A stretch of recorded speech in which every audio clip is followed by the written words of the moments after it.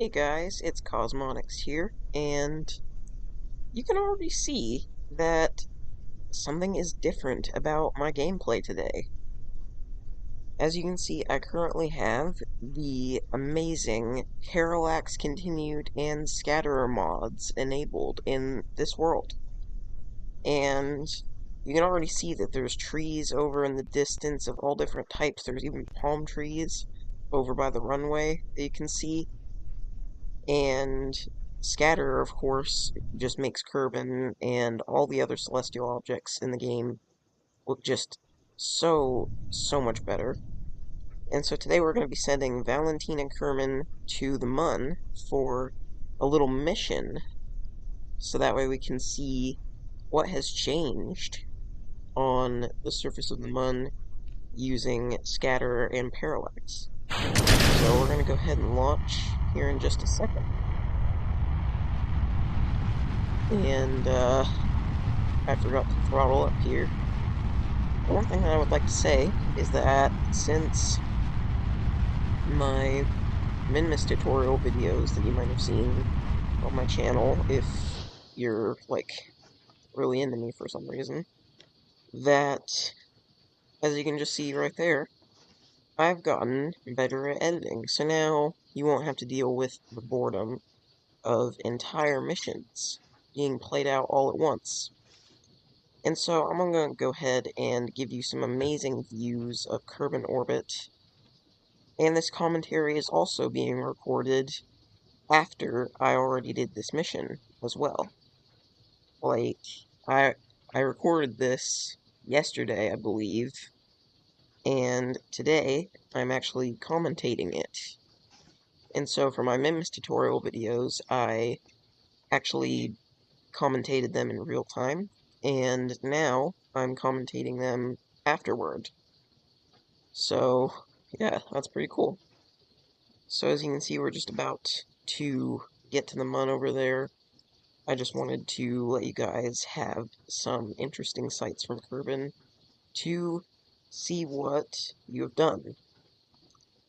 Now, I must mention, I have installed two more mods since I recorded this video, Firefly and Waterfall. And what these two mods actually do is Firefly adds amazing heat shield effects, like re-entry effects, as you may know. And Waterfall, I actually haven't figured out how to enable it yet, because I downloaded it onto my game the same way I did the other three, but it's the only one that doesn't work. So, if you guys know why Waterfall isn't working, then let me know in the comments, please. Because basically it revamps the plumes on your rockets, and it has not revamped the plumes on my rockets, so... And as you can see right now, we are just about to perform our transfer maneuver to get to the Mun to see what has changed. Now, during this video, I encountered a strange glitch, and if you look down at Valentina in the bottom right corner of the screen, you can see that her teeth appear to be invisible. And I actually looked this up, and it's actually a bug that happens with female Kerbals. And sometimes what will happen is their teeth will be, they'll like turn black for some reason. So I think that's kind of weird, but I think the recording of this video was like the very first time I ever ran into that before. Just happened to look down at Val, and her teeth were black. And so, but yeah, right now I'm warping to my transfer maneuver, and uh, once again you can see lots of beautiful sights from Kerbin, and so, yeah. Now I'm going to talk more about my upload schedule. As soon as I figure out how to dock, I'm going to be doing a Lathe mission And what I'm going to do is I'm actually going to do my very first orbitally assembled spacecraft in Kerbin orbit. And I'm going to actually be doing a mission to Lathe with a ship that will launch from Kerbin orbit. It will go to Jool, it will have a tylogravity assist, and we will establish a permanent base of operations on and around Lathe. And I have a lot more in store for you guys. I would also like to mention my new thing that I'm doing. So, you may have noticed this from my bio or my banner. I'm going to be playing Kerbal Space Program, Spaceflight Simulator, and Space Engine on this channel. So far, I've only played KSP as of the time I'm doing this video, but I wanted to mention that I'm doing a thing where every time somebody subscribes, I will go 3 light years out into space in Space Engine. For every comment, I will be doing 2, and for every single like, I will go 1 light year. So that means you alone could make me go farther than the closest star, and I will be hopefully uploading that video sometime around April 6th, which is 10 days after this video was filmed. And so, if you do any of those things within the next few days, I'm going to be tracking my analytics, and we're going to explore pretty much everything within the bubble that you guys make me explore in Space Engine. So, make sure you keep a lookout for that video. And so, as you can see right now, I actually went off on that random tangent, and I'm now capturing into orbit around the Mun, or at least attempting to. And as you can see already, the Mun looks much, much more stunning than it did before.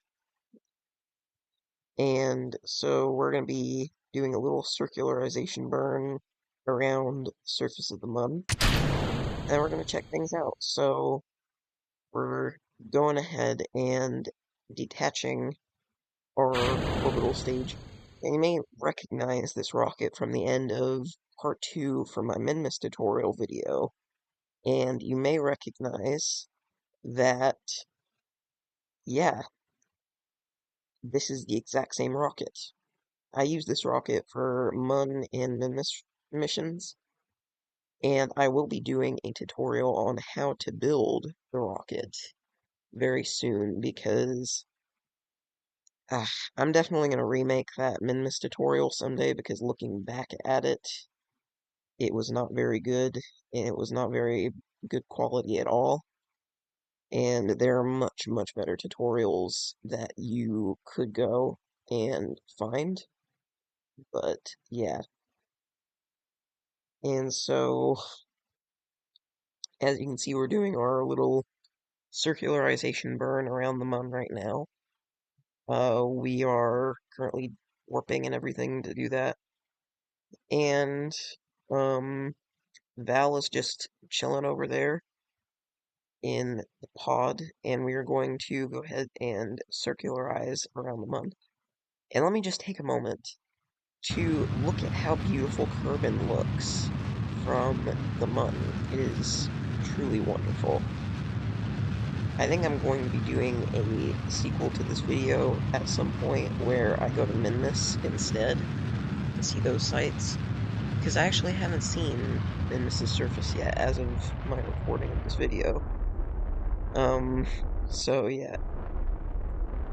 Now, I'm not going to be uploading over the weekend, because, I got a lot of stuff to do this weekend. Got a couple of jobs to do and everything, and got places to be and everything, so don't expect anything from me until, like, probably Monday or Tuesday. But now, as you can see, we're currently preparing to land on the Mun, and already Parallax has made the craters on the Mun far more defined than they were beforehand. Now, I am going to say that this landing will not be as high quality as others that you might have seen, because I actually messed up this landing very, very hard, and, yeah, it was not good. And so, this is me kind of like burning to land, because you all know from my Minmus video that once you get pretty much right over where you want to land, then you just slow down until your trajectory is aiming pretty much straight down, and then you just continue to slow down until you have a nice butter smooth landing on the surface of whatever atmosphereless body that you happen to be landing on. This principle also does apply to other planets too, such as Duna, Eve, or Lathe, which Lathe is a moon, but anyway, as you can see, I'm currently burning. And as for the microphone quality, I am going to fix that next. In this video, I am definitely proud of how I edited it, because it's definitely a step up from how I did things in my other video. But do not fret, because hopefully in about a week or two, I'm going to be getting a new mic, and that is going to make my voice sound way better in this video. And, so yeah. You can come back to this video after I get the new mic to see the difference. And I think as soon as I get that mic, I'm going to be doing that. So as you can see, Kerbin looks very, very beautiful. Unfortunately, I landed in such a spot where you cannot see it. And I actually really, really love the Mun, the way that the Mun looks in the Parallax Continued mod. Because, I mean, look at that. Look at that. There's rocks everywhere, the ground looks stunning, and Scatterer makes Kerbin actually look very, very real. And I mean, look at the Mun. I mean, if it wasn't Kerbal Space Program, like if you showed me this HUDless and without the spacecraft and no obvious signs that it was KSP, I would actually think that it was a real photo. Maybe slightly edited, but man.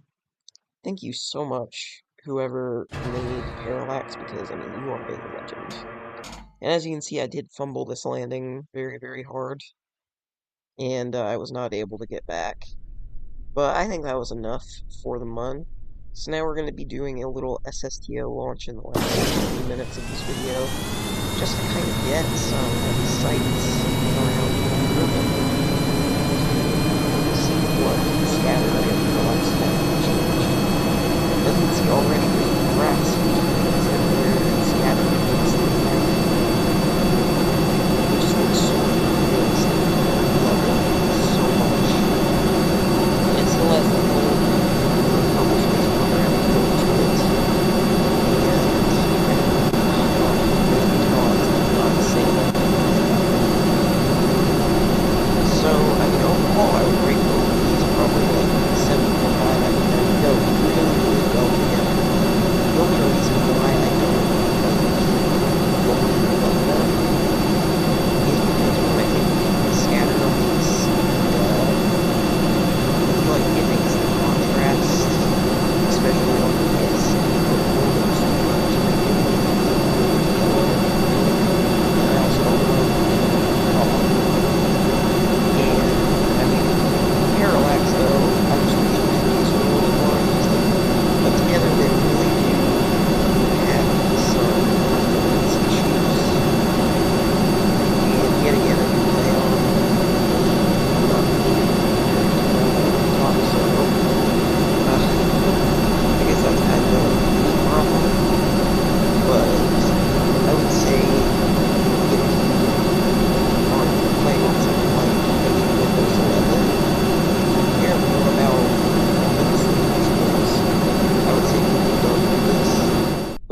care about, but if you are on a Chromebook or something, then definitely don't. I don't even know if you can install that stuff on Chromebook, but as you can see, we landed in kind of a desert area, and we're just going to run around real quick. In this shot, I kind of let my intrusive thoughts win here, so I crashed Val into a cactus. Don't judge me, please. Um, but I really love how the desert looks in this world. There's tons of biomes, and there's still so much more for me to explore. I really want to see Kerbin's North Poles eventually, and maybe I'll do a video on that.